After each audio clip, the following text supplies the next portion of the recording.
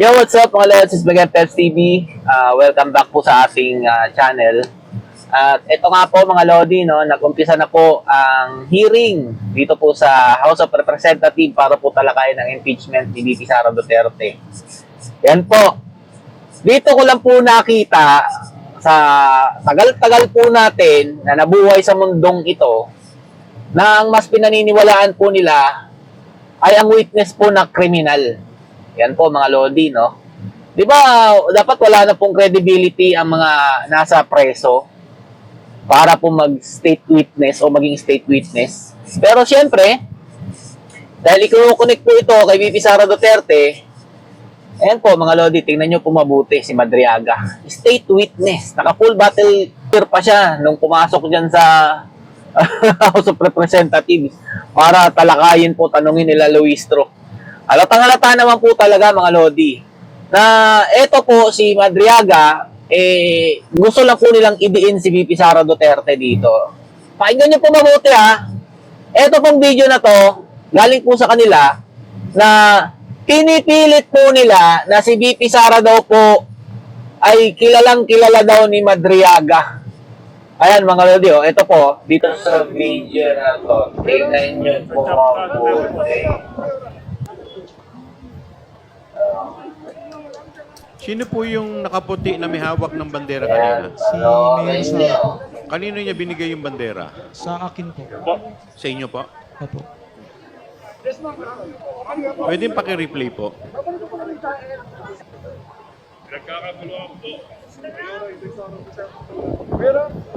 Sino sumigaw ng Sir Ram?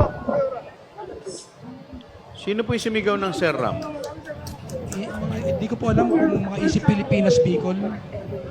Ay si BP Sara po yung Pwede po paki-rewind po ulit. Paki-rewind po. Ito, ayan o. Ayan, Sir Ram, sino yun? si BP Sara.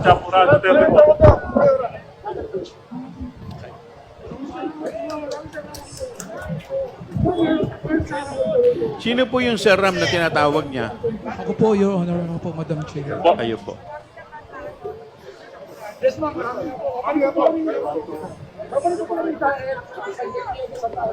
For the last time, can we replay it? Can we replay it?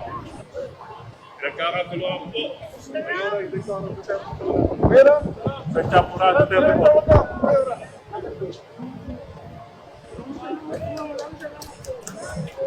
I wish to place on record that there is a voice which says, Sir Ram, while the video shows the Vice President handing the flag to Ramil Madriaga.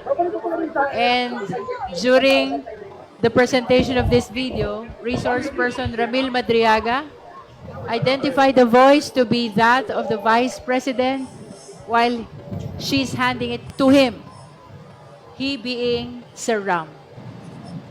Napansin nyo mga idol? Ha? Yung flag, pinasa po kay Madriaga ni VP Sara Duterte. Pero kahit hindi klaro, dahil hindi nga po naman talaga klaro, tinanong po nila si Madriaga, sino daw po yung tumawag sa kanya ng RAM? At ito nga pong sinagot ni Madriaga, hindi lang daw po niya alam kung member daw po ng ganto ganyan. Pero ang gustong ipadiin mga Lodi na tumawag sa kanya ng Sir Ram, kuno, si VP Sara Duterte sabay bigay daw po ng flag. Kung titingnan po nating maigi ang video mga Lodi, parang ang dami naman pong tao doon. Tapos naka-face mask po kasi si VP Sara Duterte. Nagkataon lang siguro na may tumawag na Ram. Tapos sabay po yung pagbibigay ng flag kay Madriaga. Tapos ang gusto ni Luistro mga Lodi, pinaulit pa po yung video ng mga kongresista. Dinidiin po talaga si VP Sara Duterte, talaga ang nagtawag daw po o tumawag ng Sir Ram sa kanya at sabay bigay ng flag. Anak ng tinapay, halatang-halata naman talaga, oo. Na yung mismong state witness na ninyo nagsabi, hindi niya sigurado. Pero, pinaulit-ulit nyo, tapos, napagtanto siguro ni Madriaga na yun po ang gusto nyong iparating na dapat si Sara ang idiin natin doon na tumawag sa iyo ng Sir Ram. Ayun, si VP Sara Duterte na ang diniin nila doon, mga Lodi. Di ba? Kung maalala po natin ha, ito si Madriaga, tinatawag po nilang bagman. Dito naman sa video na to, parang di naman siya bagman. Parang siya po ay flagman. Galing-galingan nyo pa po. Sana magtagumpay kayo. Kasi kapag hindi kayo nagtagumpay sa mga ginagawa ninyo, 2 taon na lang ang pagtitiis namin sa mga kalokohan ninyo. Kapag hindi nyo na pa-impeach yan si VP Sara Duterte, kayo naman ang uupo kung saan nyo gustong paupuin si VP Sara sa sitwasyon na hindi nyo gugustuhin. Hanggang dito lang po muna.